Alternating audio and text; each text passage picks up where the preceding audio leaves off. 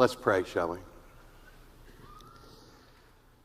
Father, when we consider your aseity, your eternal self-existence, we know that we enter now into that dimension of your character that is perhaps more unfathomable to our minds than any other. If ever we need your condescension, if ever we need you to stoop to our level and lisp for our infantile ears, it is here. And yet, Father, when we contemplate these things, we pray that you would take us way beyond an exercise in abstract philosophical speculation and set us in that place where our minds are struck with a sense of awe of your being. Help me, please, in this difficult task. For I ask it in Jesus' name. Amen. Before I go to the text of Scripture, I asked for the board to be brought over because there are two things I want to write on the board. One is a question, and the other is an indicative, declarative statement. Now, I prepared you that this may be difficult to track with me philosophically, and begin to get into some heavy things here. But let's start with these first two things I'm going to write on the board, and stop me if I'm going too fast. The first is a question. You've heard this question before. Maybe you've heard it already today. How are you? You ever heard that question? Thank you very much. And then there's a declarative statement. If you can't see me on the lower level here because of the blocking of the pulpit, look up on the screen, they'll get it. I am fine. Thank you. Now, am I going too fast? Yes. All right, there are a couple of key elements in these statements that I want us to look at because we take them for granted in our normal conversation, in our daily experience and communication. But I want you to notice this word that's in the question and this word that is in the response. When we ask the question, how are you? We're asking a question that relates to the state of your existence. Or to put it another way, the state of your being. And when we respond, I'm fine, we're making a statement about our condition, about the state of our existence, or the state of our being. Because in both of these statements, what we have in common is the use of the most basic verb in the English language that we call the verb to be. Now, I understand there are some remote languages in the world that do not have specific verbiage to refer to being. But almost all of the languages with which we're familiar, such as the Germanic languages, the Romance languages, the Greek language, and so on, have some form of the verb to be.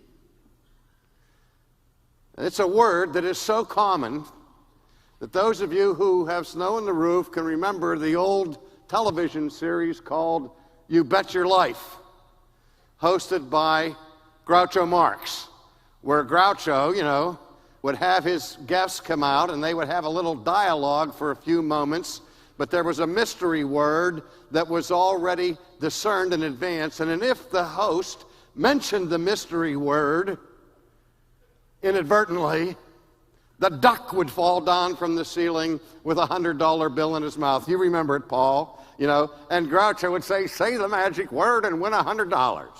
And George Fenneman would come out and pay. See? It was a household a common word. Nothing's more common than are, am, were, was, will be, and so on, is. These are all forms of the verb to be. But behind our language, which may be simple, is this profound concept of being. Or in the Greek, the participial form is, the present participle is the word ousia, which refers to the stuff by which things are constituted, their essence, or what Kant called the Ding an sich. Now, in our experience, we tend to use this concept of being sort of in a graduated way, a step-ladder way, where we talk about grades or levels or ranks of being. We talk about the type of being that you might find in a box of rocks. My son-in-law always says to me, well, not always, but sometimes says to me, Pap, he says, "You're dumber than a box of rocks." That's not a complimentary thing. And so I say to the meathead, but in any case, stifle Vesta. At the bottom of the rung is the box of rocks, and then we go up from the box of rocks to some plants, some trees, and we say that's kind of a little higher order of being from the rocks. And then above the plants and the trees, we go to the animal kingdom, and we talk about the kangaroos and the emus and the duck-billed platypuses and so on, and talk about their existence and their animal being. And then we go up the ladder a little bit higher, and we talk about human beings. I have a fellow that was one of our original elders at St. Andrews. Whenever we would have personnel difficulties, he said, "You know what we have here?" And I said, "What's that?" He says, "We have a bean problem." "A bean problem?" He said, "Yeah, human beings." He said, "They're the ones. Human beings, sort of like green beans, with a little more higher level of beanness. And above the human beings, we talk about the spirit beings of angels and so on. And then in our vocabulary, we go to the top of the ladder, and we speak then of the supreme being. Now, I've gone over this before in previous Ligonier conferences, but we need to go over this again and again and again until we get it right. That this suggests that there is such a thing as being, of which all things in reality participate in one way or the other, and that the difference between God and a box of rocks is just a matter of degrees. We see that the difference is found in the qualifier for being, in this distinction between human beings and supreme being. But, beloved, the difference between the supreme being and the human being is not the difference in the adjectives. It's not the difference between humanness and supremacy. The difference really is in this word, being. Because if ever there was a misnomer in language, it's to refer to rocks and trees and flowers and monkeys and people and angels as beings. Because in the strict sense, no one of us is a being.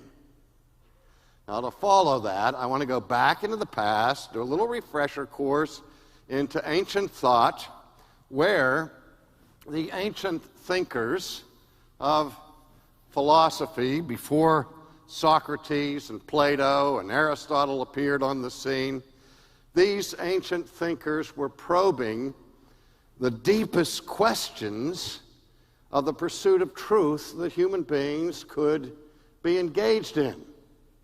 They were searching for what they called the arche principle, or the principle of ultimate reality. That transcendent metaphysical truth that would explain all other truth. They were looking for a transcendent unity that would make sense out of all of the diversity of this world.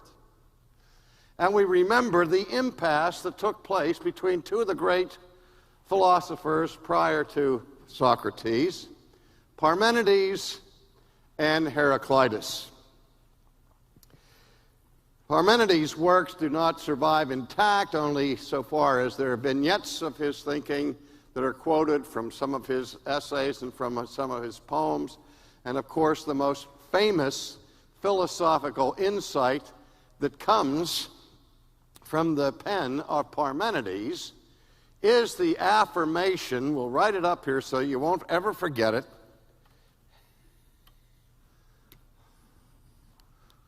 What is.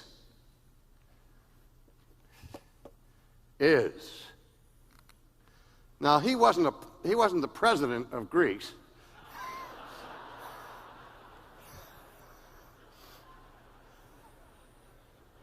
But he was concerned about what the meaning of is. And he said, whatever is. I'll never forget the first time in a college classroom when I was a student, and the philosophy professor there introduced us to Parmenides, and he wrote this same line on the board, whatever is. And I chuckled, out loud. I said, this guy's famous. All he ever did as far as achieving philosophical brilliance was he learned how to stutter. Whatever is. Big deal. And yet, I have to say to you, there is no philosophical concept I've ever been exposed to in my life that has driven me more often and more deeply to contemplate than this affirmation by Parmenides, which simply means for something to exist, there has to be being. Now, his counterpart, Heraclitus, challenged this and said, nothing is. There is no such thing as pure, absolute being, because everything that we observe in the world around us, every dimension of our experience, every object of our knowledge is given to change. For Heraclitus said, everything that we experience is in a state of flux. The only thing constant is change. And his famous metaphor was, you can't step into the same river twice. Why not? Because if there's a river flowing through, and I step my one leg into the river, by the time I move the second leg, the river has moved on. And so the water I plunge my second foot into, it isn't the same water that I plunged my first foot into. Not only that, but at an infinitesimal level, the bed of that river has changed, if only a few unseen atoms have been rearranged. And not only that, not only can I not step into the same river twice, but the I who is stepping into the same river twice is not the same I that was stepping in it a moment ago. I am not the same as I was when I stood up here a few moments ago and talked to John and Roger. Because if nothing else has changed since then, I'm 5 or 10 minutes older and grayer and tireder and a few other things. If anything defines human existence or the existence of anything creaturely, it is change, impermanence.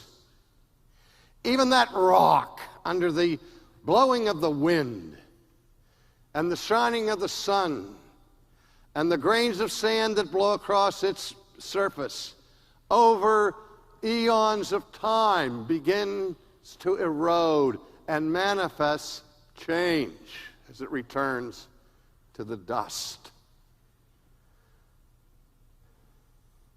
And so, instead of the concept of being, what Heraclitus substituted was the concept of becoming. So we have to distinguish between that which is in a permanent, eternal, non-changing, non-state of flux being must be distinguished from anything that manifests the characteristics or the attributes of becoming. For the ancient Greeks, though they weren't embracing the doctrine of the biblical God, nevertheless they got some aspects of God right. They understood this, that being, if it is real being, must be eternal being, must be unchanging being, and must be the basis for everything else that is. Because without being somewhere, there can be no becoming. Let me say it again. Without being, you can't have any becoming. Because, as Aristotle noted, and we don't worship at the shrine of Aristotle, contrary to some opinion, but what Aristotle understood was if something were in a pure state of becoming, if it was only becoming and nothing else, it would be pure potentiality. Something's totally becoming would be potentially anything, but actually nothing. Now, what about God?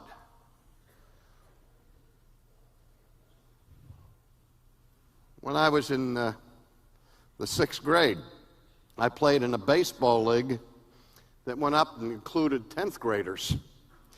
There were 4 teams in the town, and they had general managers as well as coaches, and they pulled off trades from time to time.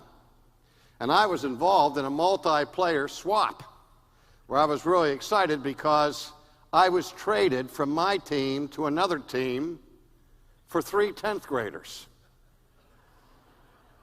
Now, these 3 10th graders, among them, didn't know whether a baseball was blown up or stuffed.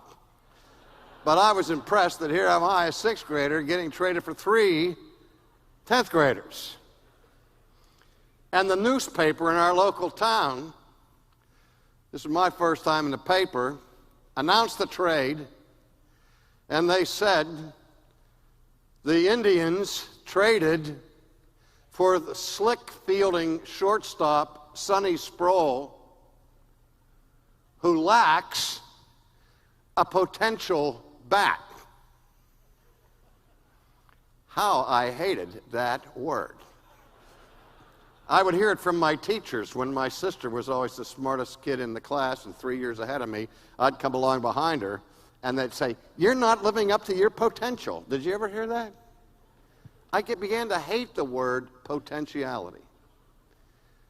And if I'm pure potential, and that's all, I'm not even worth 3 10th graders who can't hit a lick. But this is our state of existence, becoming, not being. And this is what differentiates us from God. Now let me go to my first biblical text briefly, where we first encounter this idea. It's, turn to page 1.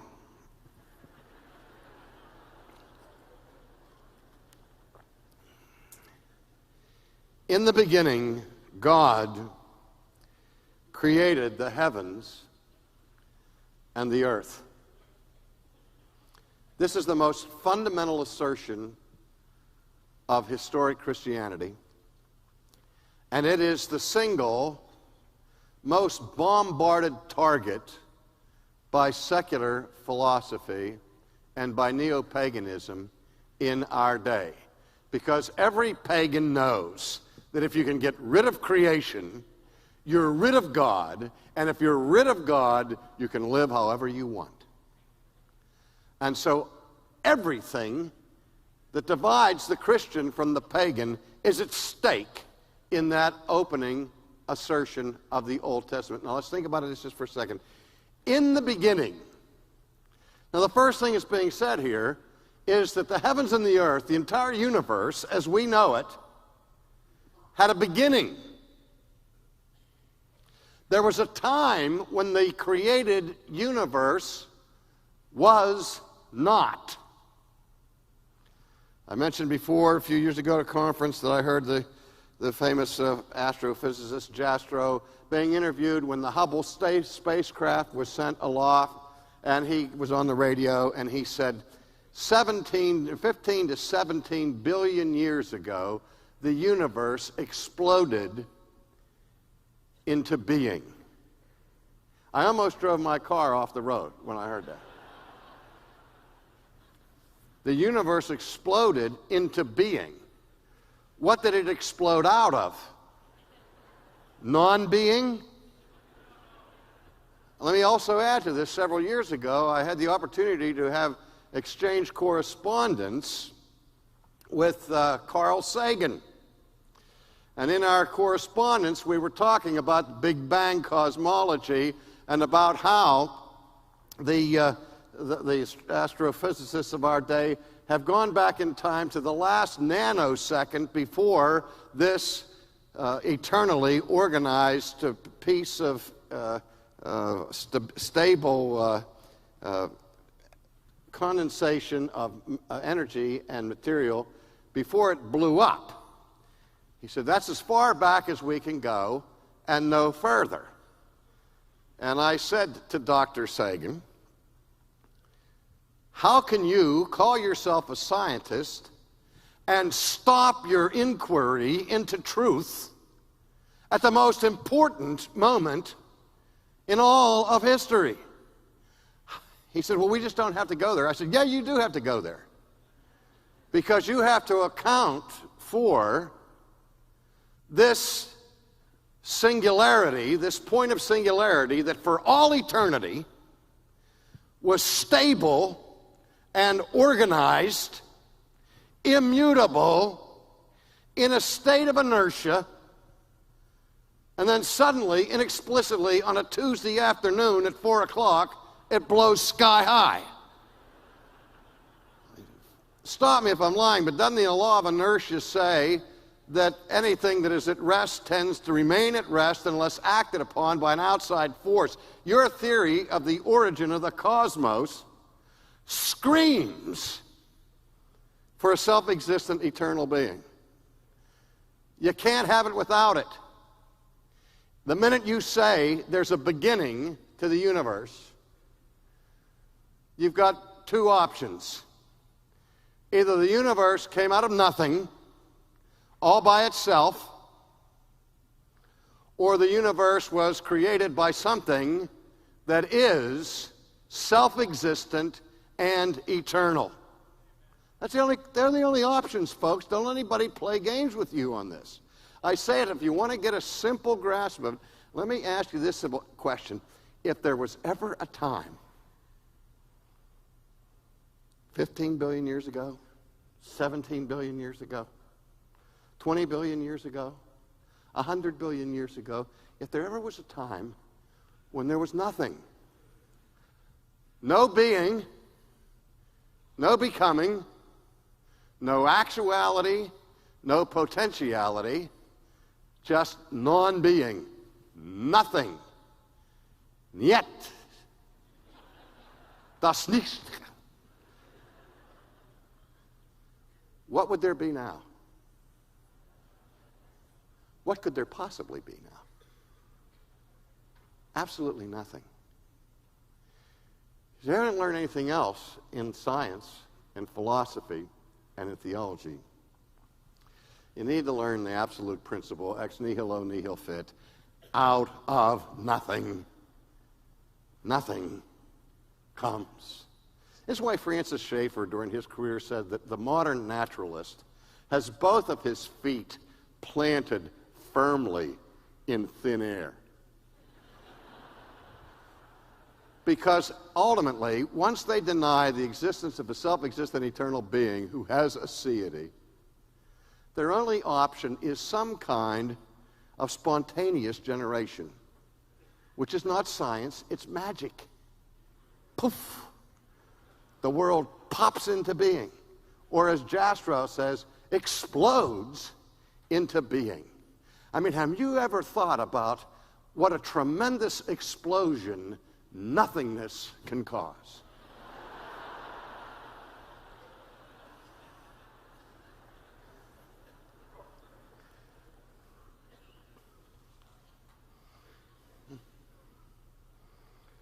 It's like the philosopher or the scientist who won the Nobel Peace Prize taught out, or science and physics who taught out in the West Coast, wrote an essay I read several years ago where he said, the day has arrived in modern physics where we can no longer speak of spontaneous generation, things popping into existence out of nothing on their own. He said, now we have to be more circumspect and understand that for something to come into being out of nothing requires an enormous period of time.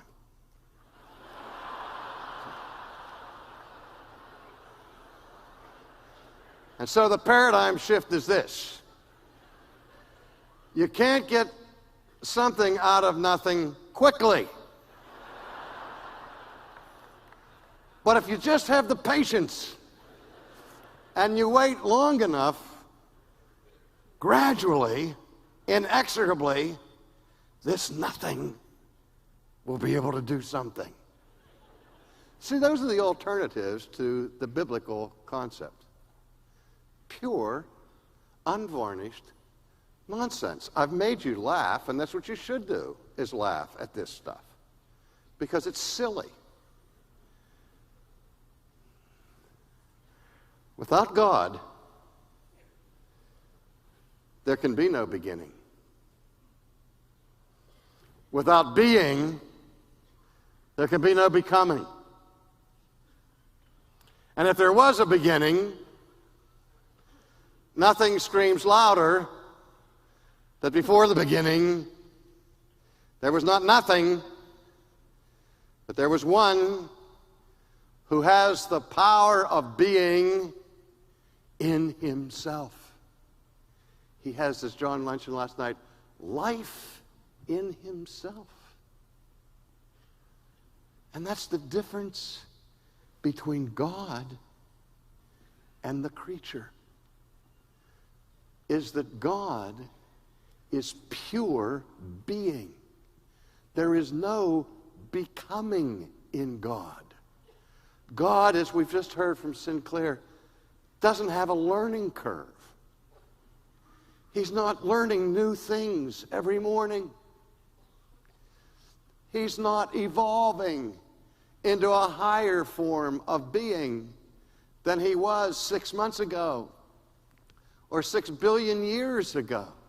He is, as the medieval theologian said, the ens perfectissimum.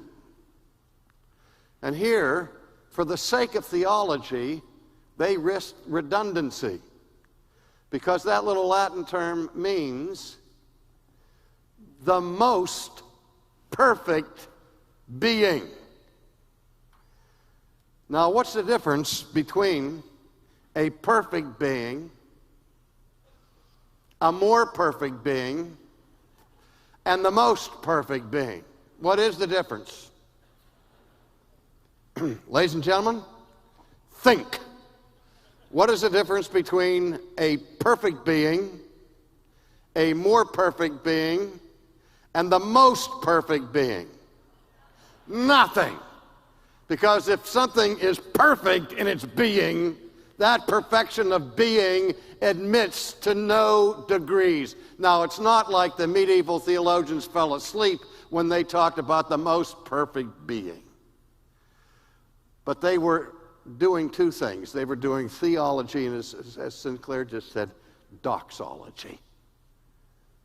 They were standing back in awe at the contemplation of a being in whom resides all excellencies at the perfect degree. No lack, no weakness, nothing missing in that perfect being that exists in and of himself from all eternity. I mean, if anything drives me to my knees, it's even the momentary contemplation of one who is pure, eternal, self-existent being, who needs nothing from my hands, nothing from my bank account, to exist or to be in his absolute perfections at all times. Now also, in terms of this concept, the medieval theologians spoke about an ens necessarium. Thomas Aquinas, for example, talked about God as necessary. Don't tell John Robbins that I just quoted Thomas Aquinas, or he'll pour Aquinas's oil all over my head forever. There were a lot of things about which I believe Thomas Aquinas was wrong. This wasn't one of them. Thomas speaks about God and his being as necessary being. Now, the way in which the theologians of that period spoke about the necessary being of God was twofold. It had two particular reference points to it. In the first case, I'm trying to find another text that I'll get to in a minute. It's in here somewhere. It's in the New Testament. There it is. In the first case,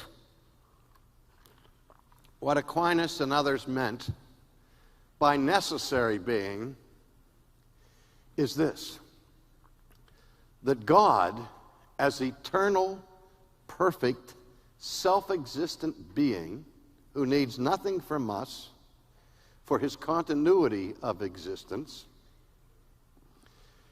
has necessary being in the sense that a self-existent, eternal being cannot possibly not be. Any being that is pure being, by necessity, is eternal, has being in and of himself, derives his being from nothing outside of himself, can never be confused with a creature, because the thing that defines us, as I say, is becoming, or as Sinclair was laboring this point about middle knowledge. I hope you really tracked with him on this middle knowledge point. My wife sure did. We walked out of here for a minute, and my wife was beside herself. She's beating herself in the chest, and she says, "Oh, I can't stand this." To think about the omniscience of God, the omniscience of a self-existent eternal being who has nothing new to learn. He knows all the contingencies of a chess match, but he knows nothing contingently. God has never said, maybe it's going to be this, or maybe it's going to be that. I have to wait and see how it all works out. No. He is from everlasting to everlasting, and his self-existent eternal being includes within it the perfection of his knowledge, of his power, of his holiness, and all the rest of his attributes. But me, you notice how I'm doing in this thing. I can't go from here out the door without having a lady on both arms keeping me up so I don't fall flat on my face. You know why? Because I'm fragile. Things changed in the back of my head a year ago. I might fall down at any second. You know why? It's because I'm a human becoming. And I'm becoming older and weaker, right? And so on. But God doesn't go through that. There are no contingencies in his being. There's no might have been in who he is. He is from everlasting to everlasting, pure being, perfect being. And as a necessary being, he never has to stop and tie his shoe.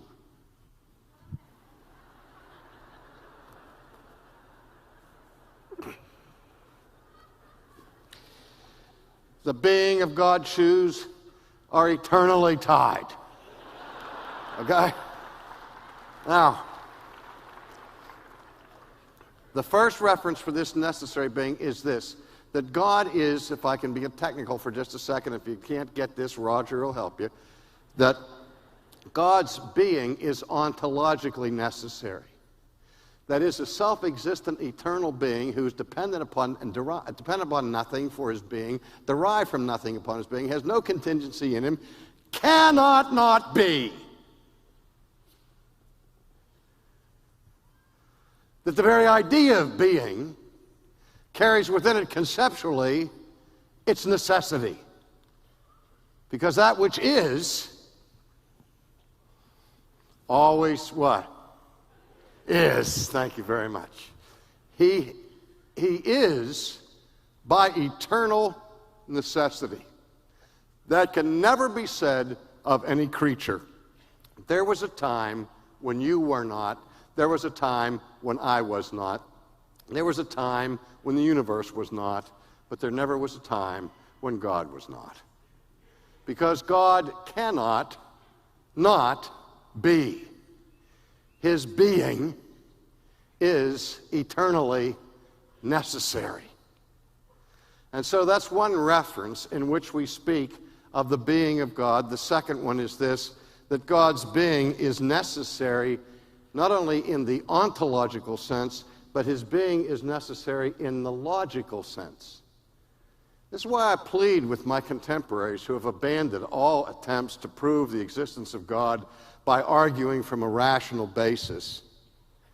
Why give up these unstoppable arguments that the church has deposited in her faith throughout 2,000 years? That not only is God's being ontological necessary, it's logically necessary. That logic demands that you affirm the reality of a self-existent eternal being, as I said a moment ago, because without that, nothing could possibly be. People say, can you prove to me the existence of God? And I say, yes. And they say, how? I said, by this pen. It's all it takes. If this pen exists, then God exists. unless this pen is God.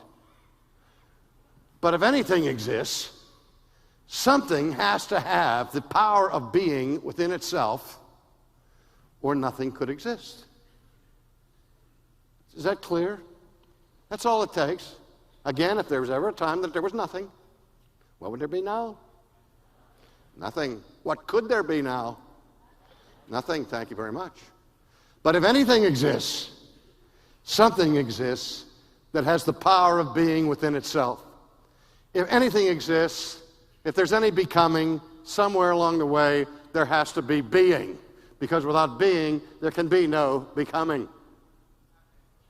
And that being that is the ground of all existence, which may have been true for Aristotle, but it's even more true for Christianity, is the Creator God who is from everlasting to everlasting, who has the power of life within himself and the power of being within himself.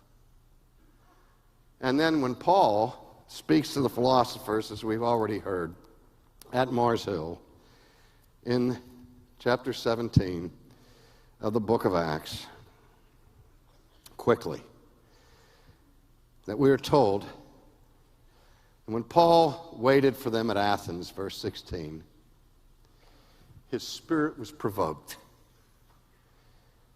when he saw that the city was given over to idols.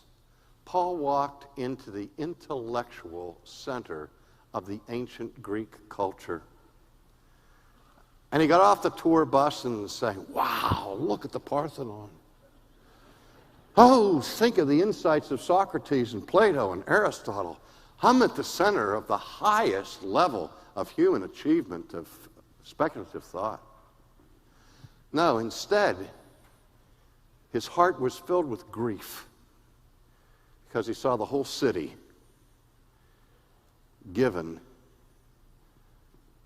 to idolatry. Have you ever been to Athens?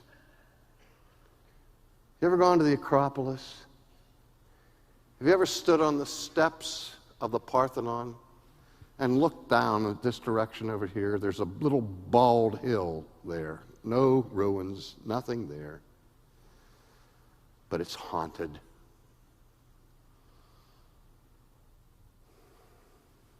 The ghost of the Apostle Paul is on that hill, pointing to the Parthenon, pointing to the Acropolis, speaking to the Agora, saying, I see that in all things you're very religious. You got a temple for this, a temple for that, a temple for this, and in case you missed Vesta or Hestia, you got one for her. And then, just to be on the safe side, to hedge your bets, you got this one over here, the altar to the unknown God. Well, that which you worship in ignorance, I'm going to declare to you in power. And then he goes on to give probably the most intense and unfathomable, profound statement in the whole Bible. That in him we live and move and have our being. Real quick, last week out in Los Angeles, I used an illustration like this. I've done it here in other contexts. I have this thing that doesn't write, and I'm going to make it move. You watch me carefully. In a moment, I'm going to throw it up in the air and try to catch it. You ready? Now you watch. At no time will my hands ever leave my wrists. Okay? You keep an eye on that. All right? All right? 1, 2, 3. Here we go. See that? It moved. It changed its position. And what caused that change? You've been taught since you were infants that what caused that change was the inherent power in the strength of my right arm, coupled with the strength of gravity to bring it back down. These are natural laws that govern everything in the universe. At a secondary level, that's true. But Paul said, I can't move a finger without the power of God. I can't breathe the breath of life apart from God. I cannot exist apart from God. Because in him is life, and in him is my life. I'll talk about this tomorrow, but God can't die. If God ever stops living, what happens to your life? It's over, vaporized. If God's power of motion ceases, remember the game we used to play called statues? Running around the yard, and then somebody says, freeze. God leaves, that's the end of motion. That's the end of gravity. And if anything should happen to the being of God, human becoming becomes potentially everything and actually nothing as we disappear from the face of the earth. I mean, everything that the philosophers of antiquity sought to discern, speculatively, Paul announced to them at Mars Hill. In him we live, we move, we have our being, and in him he lives and moves and has his being. We can't live, we can't move, we can't be apart from him. But before we were, he lived and moved and was. Because he has the power of being in himself. And that is the transcendent majesty of who he is. You know, we idolize people in the realm of becoming who reach a higher level of potential than others competitively. We look at Michael Jordan, we say, how can this be? We look at Tiger Woods, we say, how can this be?